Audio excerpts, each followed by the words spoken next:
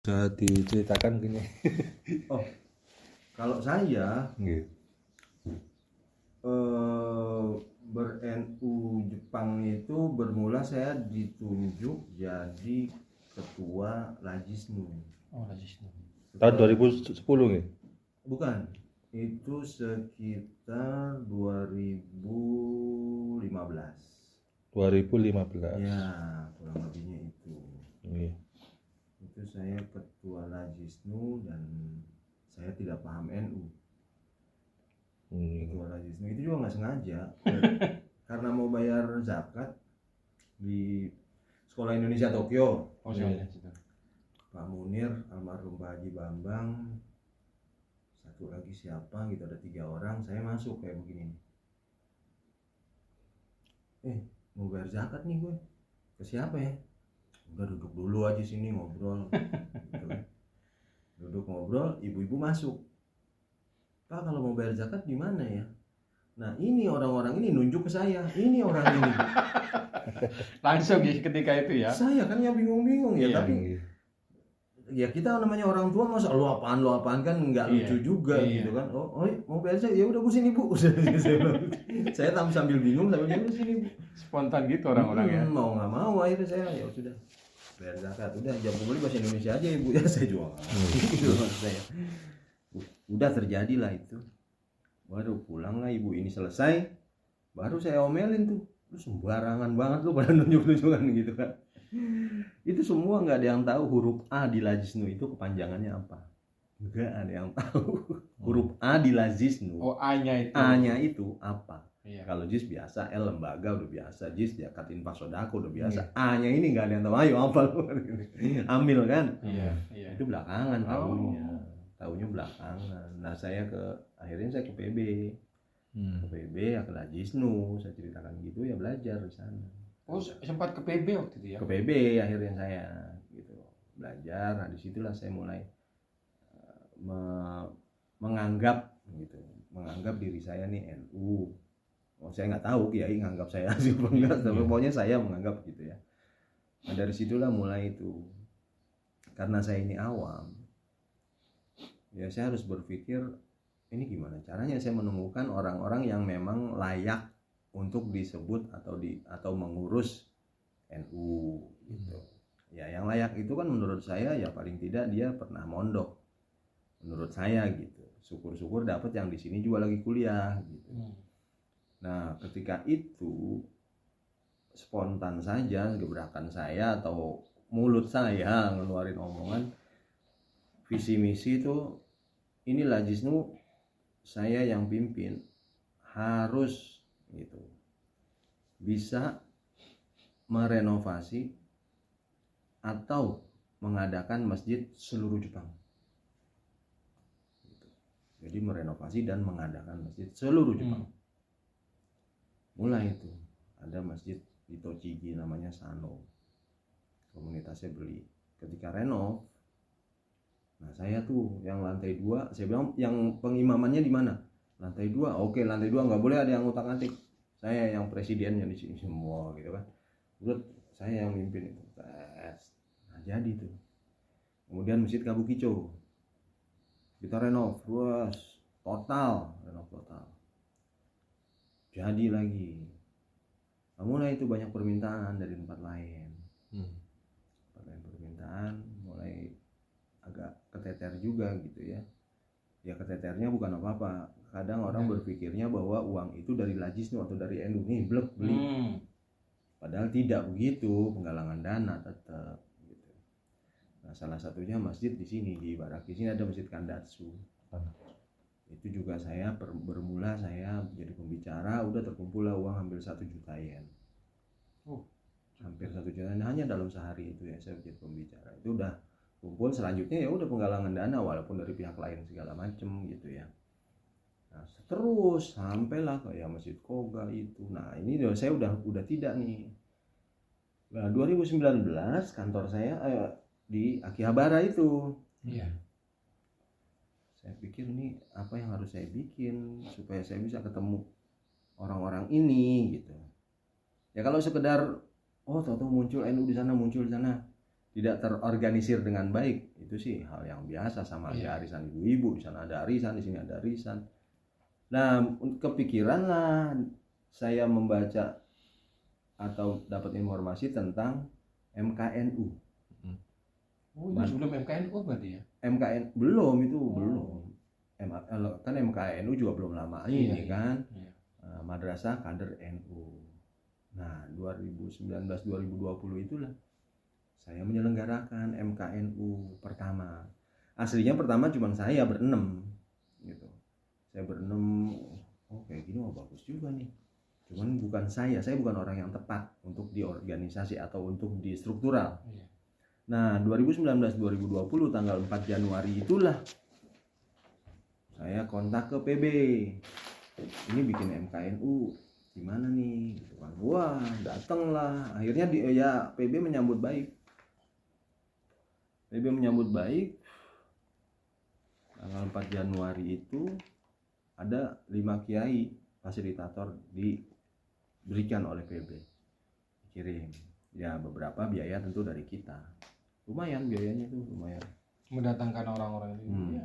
Itu sekitar ya kalau dirupiahin ya 130 juta ya habis lah. Baru tuh banyak sekali yang daftar pertama kali. Itu kita cuma batasin 75. Dilaksanakan di mana? Di Akihabara itu di lantai 5 itu. Iya, iya. Oh, di situ. Di situ ya kebayang dong kalau dibiarkan los gitu. Waduh, saya bilang banyak sekali nih yang daftar gitu. Udah kita batasin.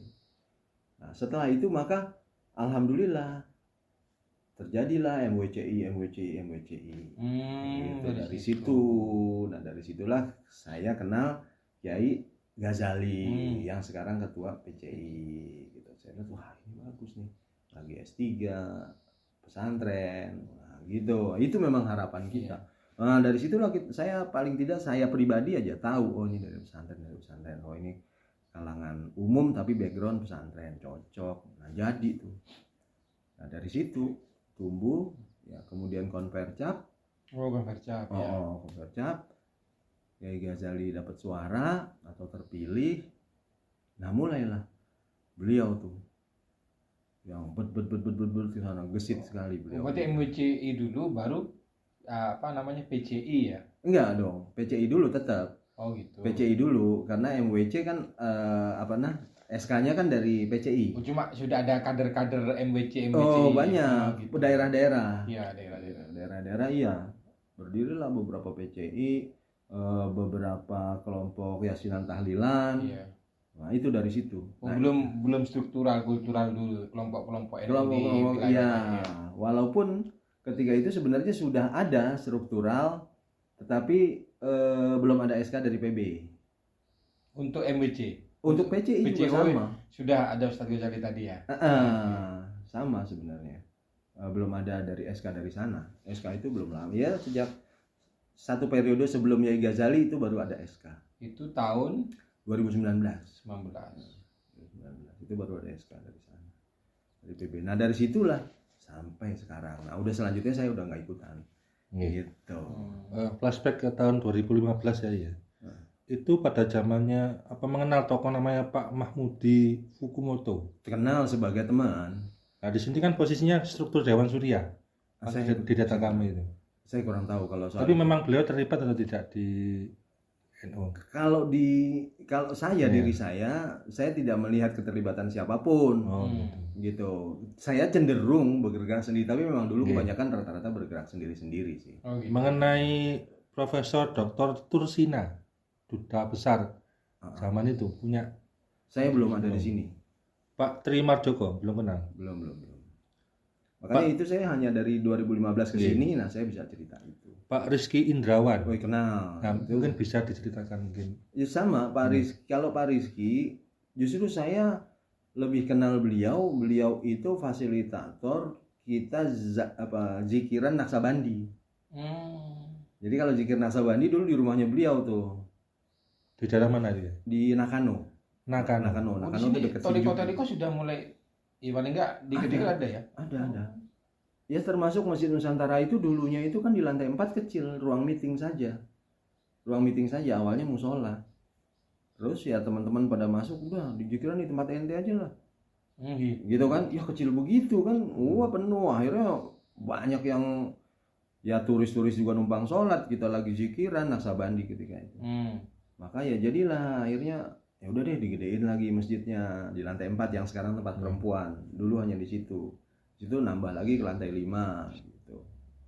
Kalau Pak Teguh Dartanto Teguh itu dia, saya juga nggak tahu itu. Bukan Teguh Dartanto, Dardak ya, siapa yang wakil gubernur Jawa Timur kalau nggak salah. Bukan BEM, dekan UI. Dekan UI juga kayaknya beliau pulang deh. Saya ini masih baru sekali. Kalau nih zaman ketua Dewan Tafisya Pak Muhammad Aziz. Ya, Prof Aziz saya ngalamin. Prof Aziz itu dulu dia di Suriah. Dari Suriah. Kalau ini kan dulu Mustasar. Pak Muhammad Samsiro. Kenal. Samsiro saya nggak tahu. Kalau Prof Aziz itu sama dari sebelumnya Pak Huda. Sebelumnya Ghazali ketuanya Pak Huda. Pak Huda itu Rois Suryanya Prof Aziz. Nah sebelum mereka itu namanya ada Mas Abdillah, itu di Hiroshima. Mas Abdillah ketua Tanfis, Rois Suryanya dari UIN Manado tuh. Ini maksudnya Pak Miftahul Huda Fukuoka, bukan? Miftahul Huda bukan Fukuoka, dia di Aichi. Dulu di Tokyo.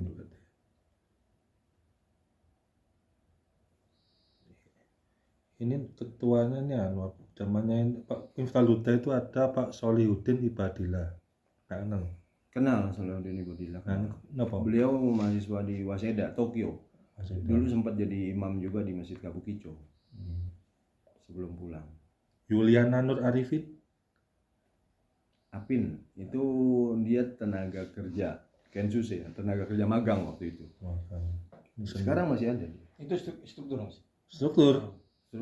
Itu zamannya Pak Kiai Ghazali kan? Awal. Ya ini pas zamannya Profesor Abdul Aziz sebagai historia. Dan Pak Dadang Jailani sebagai wakil. Wakil apa? Wakil Surya mungkin. Dan Pak Mahmud Sulaiman sebagai katib. 3 orang itu. Ketua Tanfis apa? Mas Huda. Iya, kayaknya 2019-2021. 2 tahun ya. Periode 2019-2021. Iya, di zaman itu kadang main tulis aja. Oh gitu. Jadi belum tentu orangnya juga tahu jabatan dia apa. Yang saya tahu saya ketua Tanfis. Ternyata saya lihat sempat di Google gitu, nama saya ternyata ada, saya pengurus apa gitu, loh ada nama saya zaman itu. Ya saya punya itu datanya itu, makanya ini kan untuk mengecek kita tadi. Kalau acuannya 2019-2021 ya kan, Dewan Mustasarnya itu Duta Besar Profesor untuk Jepang, kemudian Prof Aziz, Prof Dahlan Nariman ya tahu. Mungkin bisa ceritakan. Kalau secara pribadi kita nggak ngerti karena mungkin kontribusinya terhadap NU mungkin. Saya juga kurang paham tentang orang-orang lain kontribusinya apa. Kalau Pak Dubes, biasanya rata-rata Dubes itu pasti dijadikan mustasar. Gitu. Kalau selama dia Islam, gitu ya. Terlepas dari yang kemarin aja Pak Heri, sebelum Dubes yang sekarang nih kan perempuan nih. Sebelum itu kan Pak Heri, aslinya kan konon katanya beliau Muhammadiyah, gitu. Tapi karena Dubes, dia jadikan mustasar, gitu. Walaupun akhirnya deket. Ya kontribusinya banyak, salah satunya pesantren ini, terus Masjid Indonesia Weda di Nagano Minu, gitu. Kontribusinya juga banyak, gitu. Kalau Pak Dadang ini, Pak Dadang Jailani ini Kiai, beliau itu satu angkatan di Gontornya bersama Kiai Din Samsudin. Jadi ya udah sepuh, tapi nggak tahu nih, ini lagi nggak ada kabar nih, apakah dia di Bandung. Jadi kalau Pak Mahmud Sulaiman berikut. Pak Mahmud Sulaiman sama saya justru dulu tandemnya. Jadi awalnya tuh saya sama beliau ini berdua, karena saya yang punya mobil, beliau yang punya ilmu. Saya dagang, gitu kan, jasa kirim uang. Saya ketua Lajisnu. Nah beliau inilah sama saya, kita lah yang bikin berdua nih. Waduh, kok kita yang bikin berdua ya? Kesannya sombong sekali. Tapi memang jejak itu begitu. Kita ngadain ke mana-mana keliling itu bersolawat. Jepang bersolawat, saya sih berani bilang mengklaim itu awalnya memang kami berdua. Barulah mulai yang lain tuh ikut gitu. Mungkin yang lain juga ada, tetapi tidak dipublikasi.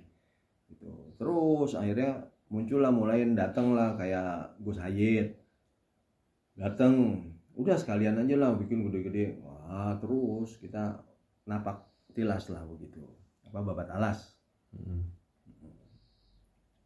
Yang menjadi kebingungan itu begini, di antara MWCI NU dan Ibaraki dengan PCI NU Jepang itu secara kultural duluan Ibaraki itu dulu di Musola Bandung. Secara kultural duluan. Maksudnya gerakannya enggak. Di Bandung itu kan saya udah ketua Lajis, hanya saja orang itu tidak terlalu banyak tahu bahwa ada struktural loh, ada PCI NU seperti yang tadi saya bilang. Tahu kok loh ada nama saya pengurus NU itu di mana? Kantor pun nggak punya gitu loh. Jadi dulu ya coba kalau lihat dari sejarahnya aja kan KMNU, Komunitas Mahasiswa. Nanti dulu nama ya. Itu kan di mana sekretariatnya? Itu biasanya apartemen dari orang itu, apartemen mahasiswa dijadikan alamat. Jadi belum punya markas tetap. Nah, sejak ada Masjid Nusantara itulah awalnya di situ. Jadi pusatnya ya. Di Masjid Nusantara itu. Kalau Ustadz Ahmad Mainu bergabung mulai kapan? Ahmad Mainu apa nih, belum lama juga, 2 atau 3 periode inilah. Pokoknya barengan sama ketua Tanfis ini. Periode keduanya Kiai Ghazali. Nah, Ustadz Ahmad Mainu itu juga memang takdir menunjuk dia harus jadi khotib di Nusantara. Awalnya saya baca Twitternya dia, bikin masjid di Jepang tapi bahasanya bukan bahasa Jepang, gitu. Saya kesentil juga nih, gitu kan. Beliau bilang kayak gitu ya. Gitu. Itu nyinggung-nyinggung sebetulnya ya. Banyak masjid seperti itu. Banyak masjid Pakistan ya bahasa Urdu gitu kan. Iya. Apalagi masjid Indonesia, udah rata-rata bahasa Indonesia, nggak ada bahasa Jepangnya, gimana dakwahnya mau sampai, maksud beliau gitu. Akhirnya ya takdir ya udah dia kita jadiin imam sebulan 2 atau 3 kali setiap periode 1 gelombang 1 sehari Jumat khotib. Nah, dari situ barulah beliau ditanya mau nggak jadi mustasyar, bersedia atau tidak. Ya beliau mau gitu. Beliau cocok dengan NU, nggak cocoknya cuma rokok. Gitu ya. Nggak cocok dia. Soal rokok dia nggak cocok. Iya, memang aliran Syria, kemudian habaib itu. Bukan juga, karena beliau Jepang itu Anda mau ngapain aja silakan, tapi jangan sampai mengganggu publik. Gitu. Itu dianggap. Jadi kalau mau merokok di Jepang itu tempatnya sendiri, nggak mungkin berdekatan gitu, jauh. Kadang-kadang panas-kepanasan gitu kan, sadis deh pokoknya tempatnya gitu loh. Nggak boleh kayak begini, kita lagi ngobrol nih. Ini nggak pantas gitu. Padahal di Masjid Nusantara udah biasa kayak gitu ya. Nah, kalau di Indonesia gitu. Itu kan hal yang biasa, bahkan di PB sendiri saya juga rasa canggung. Itu saya aneh gitu. Padahal ruang ber-AC kan. Satu ruang ber-AC, keduanya lantai bersih rapi. Baru buang abunya begini. Enak aja. Saya waktu masih Kiai Said Akil Siraj ketuanya. Sekjennya Pak Gus Hilmi ya.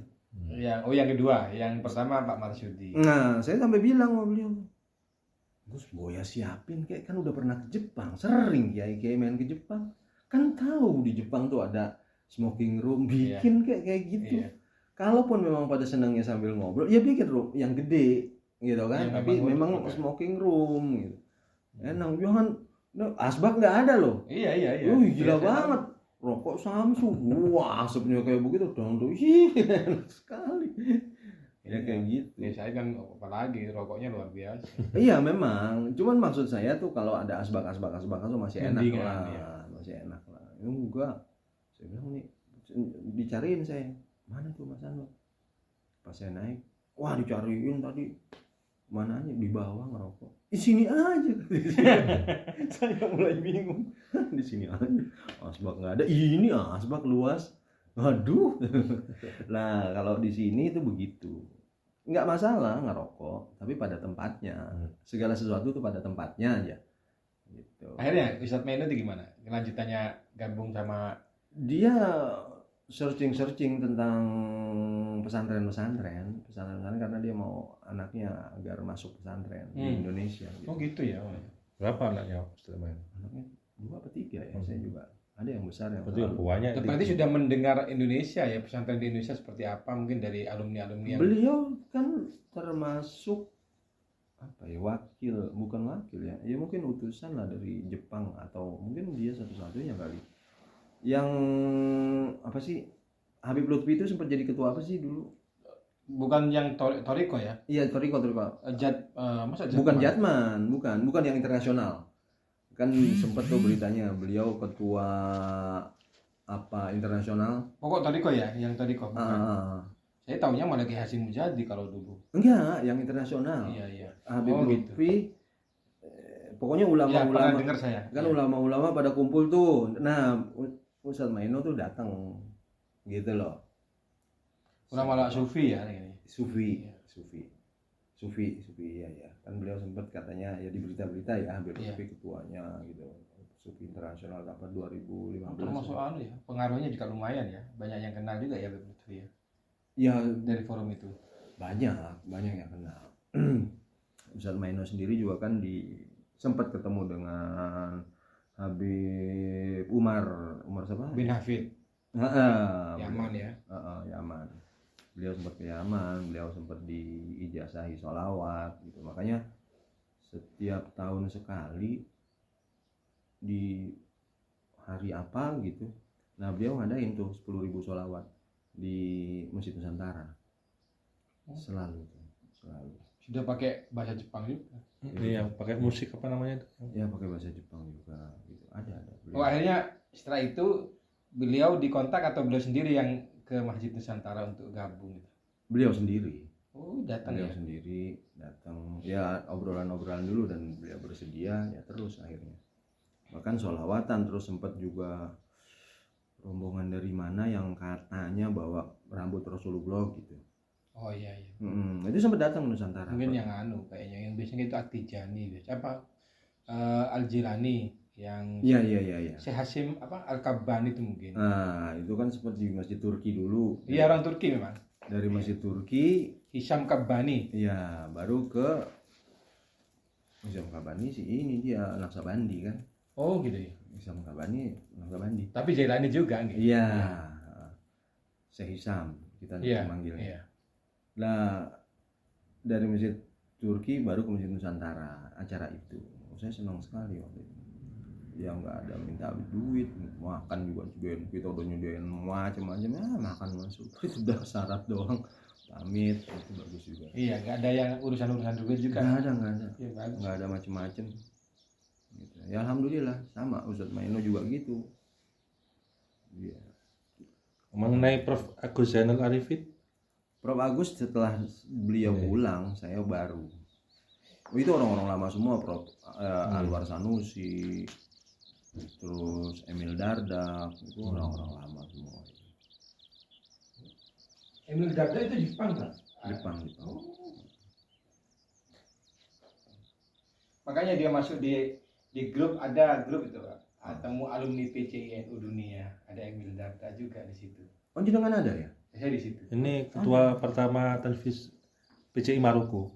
Oh, iya, saya ada di situ. Oh, iya, yang lagi bahas kemarin terakhir bahas masalah PB.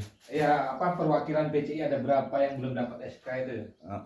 Oh, memang di situ. Ya itu makanya saya datang di Muktamar Lampung. Jadi saya dapatnya itu dari Syed Akil. Saya kan tim waktu di Makassar. Terus sama beliau, ayo kalau mau cari beasiswa tak carikan. Dapatlah beliau habis ceramah di Maroko itu pulang dapat jatah 15 orang. Saya dipanggil waktu itu, ayo kalau mau berangkat katanya. S2 rencananya. Waktu itu sama seperti ini, belum ada PCI, namanya KMNU. Sama siapa yang buntet sama Kang Armani Serozi, itu yang pertama ketua KMNU. Terus saya sama teman-teman, buat PCI, mumpung kita rombongan memang dari PB, akhirnya kita buat. Waktu itu saya ketua tanfid pertama, sama ada Alfian Iqbal itu yang Maruko Suriah. Tapi belum ada SK juga kan dari PB? Iya betul, belum ada SK. Sama, SK itu baru-baru pas Kiai Said. Iya, ya kan? Saya itu aja waktu itu setahun, akhirnya teman-teman memanfaatkan Mbah Maimun datang karena kan Pak Tosari dubesnya diundang lah ngisi di kita, sama teman-teman dimintai tanda tangan kayak SK sementara. Mbah Mun tapi. Iya Mbah Mun. Mantap. Iya Mbah Mun kan memang P3 waktu itu kan sama Pak Tosari. Akhirnya SK itu tanda tangan Mbah Mun kita bawa ke PB. Jadi SK. Iya jadi SK. Zamannya Kiai Said. Ya. Bukan Kiai Hasyim Muzadi. Iya karena pertama kan saya kan berangkatnya setelah Kiai Said. Ya kayaknya zaman Kiai Hasyim Muzadi memang belum ada deh SK. Belum. Walaupun beliau pencetus PCI. Iya, masih dari itu organisasi apa yang antar negara itu, ulama-ulama itu. Tapi sama ya KMNU ya berarti ya. Iya KMNU. Sama. 2012 lah resminya. Iya. Ini nggak ada mau main ke Tokyo lagi? Sepertinya kalau lihat besok kita berangkatnya pagi. Loh enggak, kalau mau main sekarang, nanti malam ya pulang lagi ke sini. Ya, Kan saya mengikuti fatwa beliau aja. saya kan bawa mobil biasa, enggak malam-malam juga sih, saya sore udah pulang lagi, ya pulang mampir lagi sini kayak biasa. Saya selalu gitu. Oh jadi nanti ke sini lagi ya? Ke sini lagi, kan rumah saya pasti ngelewatin sini, 50 kilo dari sini. Ya, apa? Mboten nang ya mboten repot nggih. Loh enggak. Kan sambil cerita-cerita. Iya kan saya pakai mobil. Saya pasti kesini dulu sholat jamaah karena fatwanya udah dapat dari Gus Apa. Mantap gitu kan. Boleh nggak Kiai saya bilang gitu. Ini saya rumah kan saya sama kantor jauh 100 kilo. Ya boleh jamaah. Iya 100 kilo. Mau yang lain kan loh enggak kan ini menetap, ini tetap. Jadi loh kan ketentuannya nggak ada soal tetap, ketentuannya kan jarak. Gimana sih? Kan ketentuannya bukan kalau mukimin nggak boleh. Ya enggak, jarak segini boleh. Ya boleh. Oh ya udah saya jadi sini mampir sholat jamaah baru sampai kantor saya nunggu maghrib isya saya jamaah baru pulang. Nah sini lagi ngecek lagi anak-anak kayak kemarin soalnya toilet kotor segala macam. Udah saya bilang bersihin lah, masa mesti tidur makan di sini doang nggak sensi banget tuh, toilet sampai kuning sekali. Alhamdulillah barusan saya lihat. Nah, anak-anak perlu komando itu. Oh. Ini berarti kedatangan ke Jepang tahun pinten? Saya 2008. Ini masih direkam. Iya. Kepanjangan loh. Berarti biasa nanti tinggal nyimpulin ya. Kalau Ustadz Dani duluan Pak Dani. Pak Dani apa anu? Saya Pak Dani ini? Iya. Oh enggak, saya baru kenal ini. Oh baru kenal. Kalau Bando saya tahu, memang pergerakan di sini itu diawali dari Musola Bando. Waktu itu Pak Dani saya belum kenal. Musola Bando itu awalnya bahkan pabrik. Di pabrik sholat tarawih. Ya Pak Supri, Pak Bubun itu kan kalau nggak salah satu pabrik, mereka Pak Ismail juga kayaknya satu pabrik.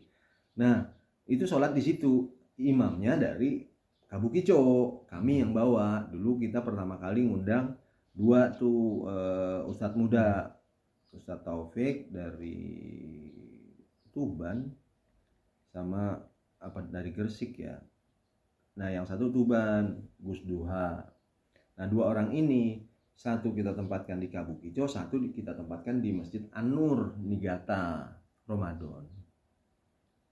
Nah Niigata ini An-Nur agak-agak kewahabi lah. Pusing juga dia, makanya setiap kali lagi dia nanya lagi, hadisnya mana?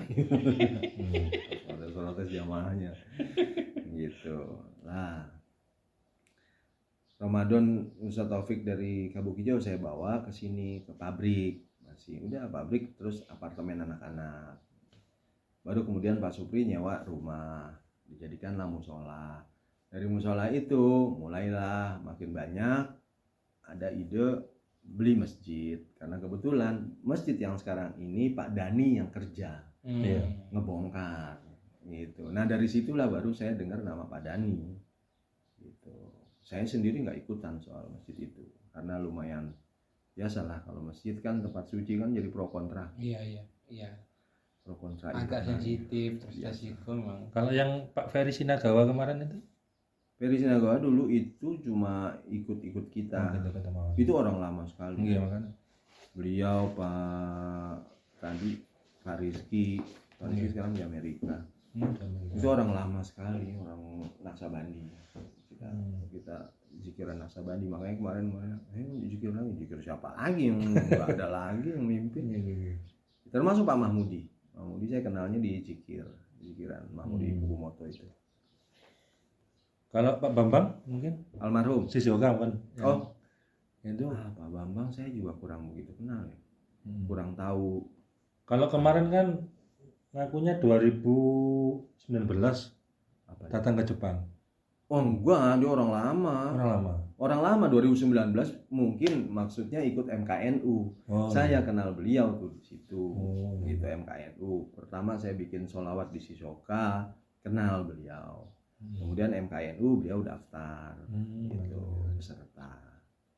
Kalau soal di Jepang udah lama dia. Cuma saya nggak tahu tahun berapa pastinya. Ya Mas Bagai? Nggak apa-apa. Ngapun dan pulang jam berapa biasanya Jinan? Paling habis maghrib. Ya malam. Kan maghrib sama isya jamak di sana. Iya. Udah. Saya mau kan daripada begini. Jadi tape ntar. Ngapain? Kalau Tokyo barangkali ada yang mau dilihat lagi. Kan paling nggak ada Kiai Musafak. Udah coba aja kontak WA. Beliau lagi di mana? Itu belum komunikasi. Nah, apa walaupun nanti kita sambil lalu jalan-jalan di sekitar situ ada